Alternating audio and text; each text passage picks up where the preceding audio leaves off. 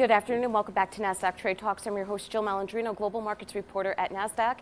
Joining me at MarketSite is Matthew Bartolini. He's the head of SPDR Americas Research over at State Street Global Advisors. Thank you very much for joining us at MarketSite again. Glad to be here. And the market's really been about the uncorrelated nature of companies for Q2 beating expectations and the price performance following the actual quarterly beat. Can you tell us about that? Yeah, it's really become, like you said, uncorrelated. A lot of it has to do with the outlook that a lot of these firms are putting out there. So earnings growth has been the best since 2010, but the revisions towards the future have been lower. So more companies are actually guiding lower. You have 10 sectors out of 11 forecasting lower growth in 2019. So there's a semblance that this is as good as it gets.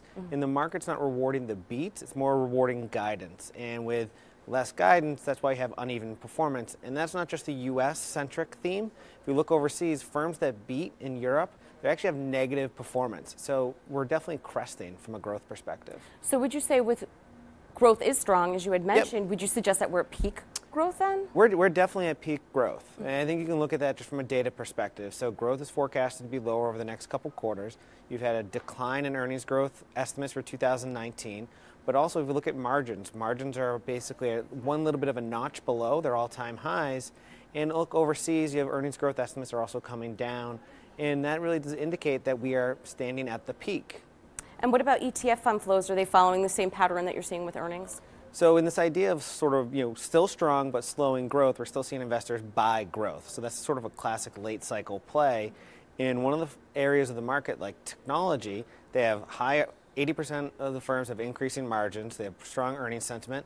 It's not surprising to see $9.5 billion flow into tech-related ETFs, $3.5 billion just this year. A lot of the defensive sectors like telecom, utilities, staples, they're just getting trashed. All right. Now, what is one trend that you're seeing sit beneath the surface of all this news? So I think the biggest thing is headline risk. So we're now in this period where there's not a lot of fundamental data coming out. Earnings season has slowed. We're going to look towards Q2. There's a lot of geopolitical tensions that are percolating throughout the marketplace, and that's going to unnerve a lot of investor sentiment.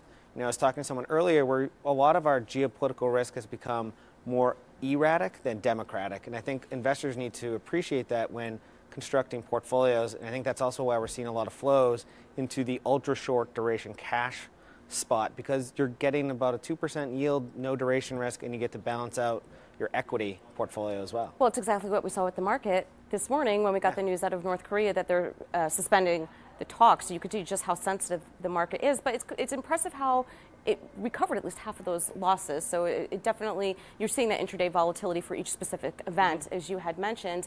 So to wrap up, where should investors be looking for opportunities as Q2 winds down and we look at the remainder of 2018? So we'll look at the macro environment. You have increasing inflation, you have increasing producer prices, increasing commodities.